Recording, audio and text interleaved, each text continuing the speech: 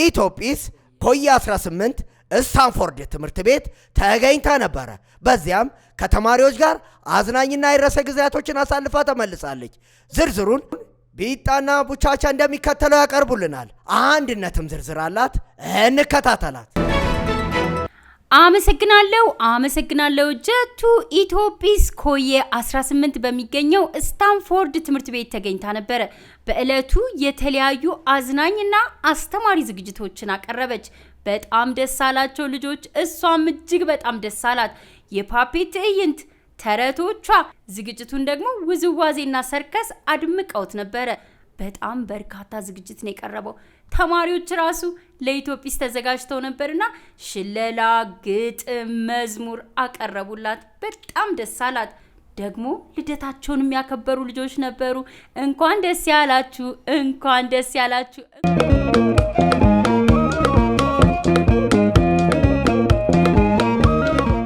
አስተማሪዎችም ተወዳደሩ። አቤት አስተማሪዎች ሲወዳደሩ የልጆች ደስታ!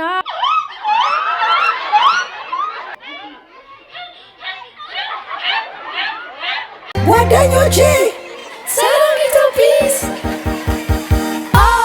ሀብል ለምለም ሀመርሃ ሐኪም መታጠብ የመታጠብ ጊዜ ኒታጠባለው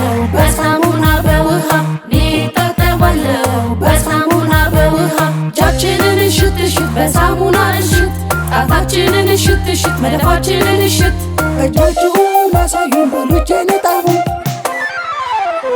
ሳሙናው አረፋ ሰራ እጆቼ በውሃ ጸዱ ጀርሞች ተሰደዱ ልጆች ተደሰቱ ኦ ጠፉ ሄዱ ኑ የፊደል ጨዋታ እንጫወት የፊደል ጨዋታ።